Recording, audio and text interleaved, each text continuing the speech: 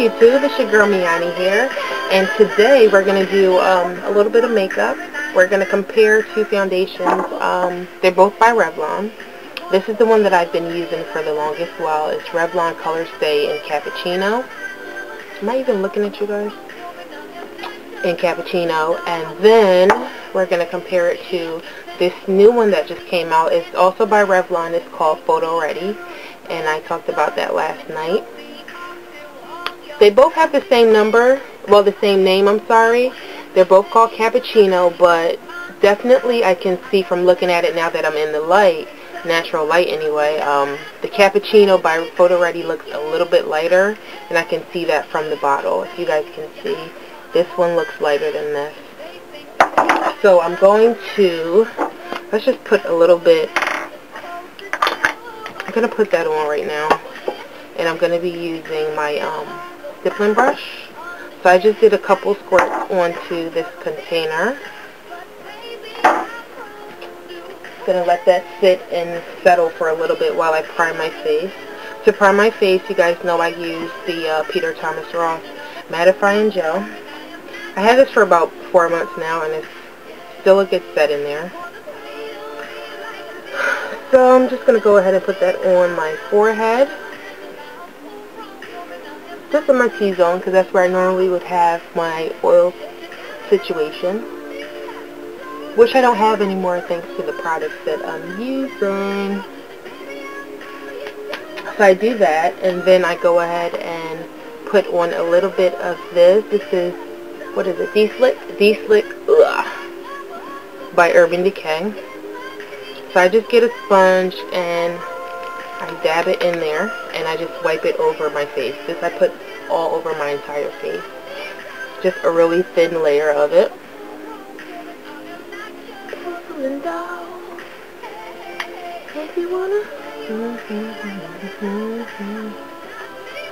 Okay, so that's all over my face. Satisfied with that.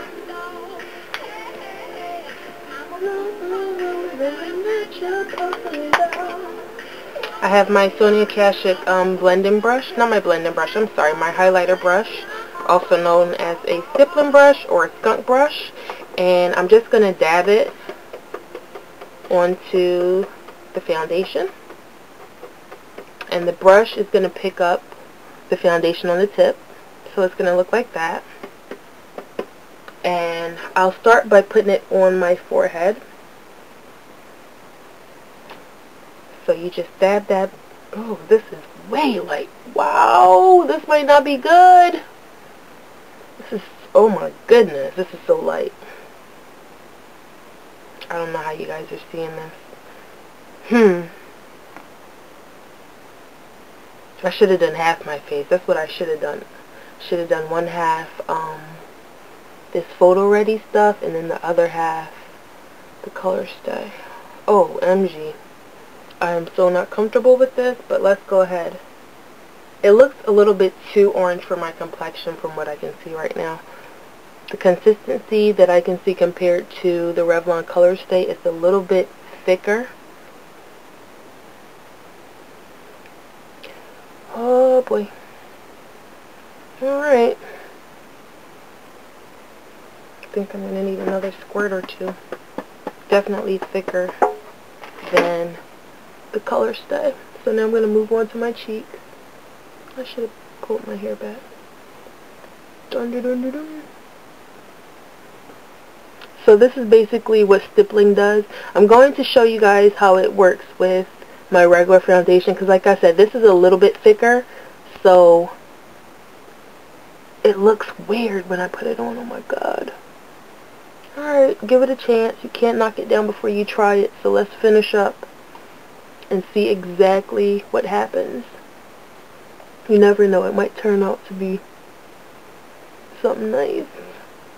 The still shots that I'll take after this is what's going to tell me if this is a good color or not, because pictures do not lie.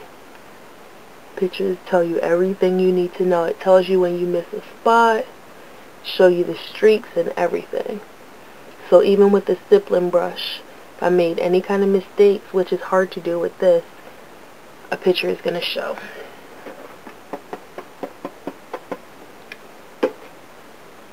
See, that's the part that got me scared right there. You see how bright it goes on? But once you stipple it on, it kind of blends in. I went onto the website, Revlon's website, and they don't even have this product on the website yet. So I guess it's like really, really new to the market because it's not even on Revlon's site. The only thing that I was able to gather from the information that I found is that this is supposed to be Revlon's version of HD foundation, high definition foundation, which is good for pictures, photography, like photo shoots and stuff like that. Alright, so it looks like I'm going to need another squirt. I still have to do the right side of my face, and then we'll be all done.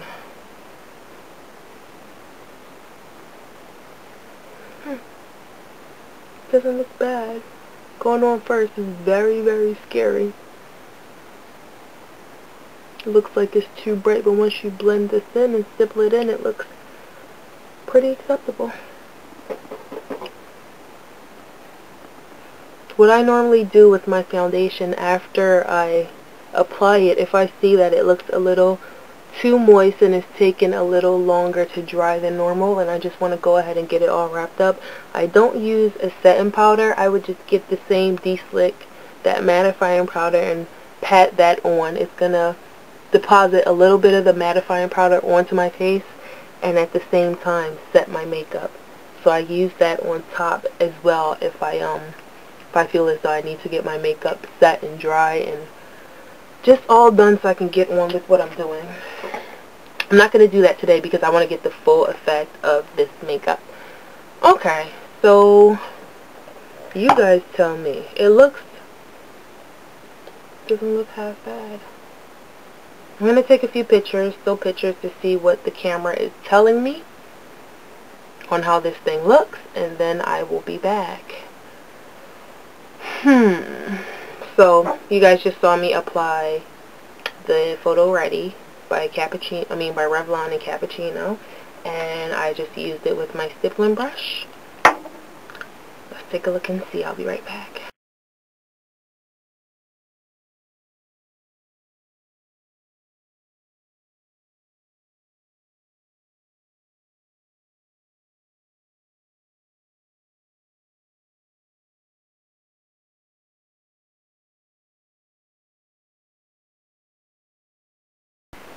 Okay, so you guys just saw the pictures that I took, and I don't know, I'm kind of on the fence with this. Like, I like the coverage. It's nice and full. For some reason, I kind of feel like I look like a Oompa Loompa a little bit orangey in the face. The pictures I just showed, I took those without a flash, being that I have natural light in front of me. So they look okay. I don't know what the problem is. Maybe I need to mix them. I might end up mixing these two, the Ready and the Color Stay, just to see what kind of coverage I can get from them combined. But I don't know. It looks okay. It looks okay. Not totally sure yet, but I think it's okay. So I'm going to use it with a few different variations to see exactly how I'm going to use it in the end, and if I'm even going to keep it. But so far, I think if you're cappuccino in the Color Stay, you might be able to use the PhotoReady cappuccino in 011. Maybe.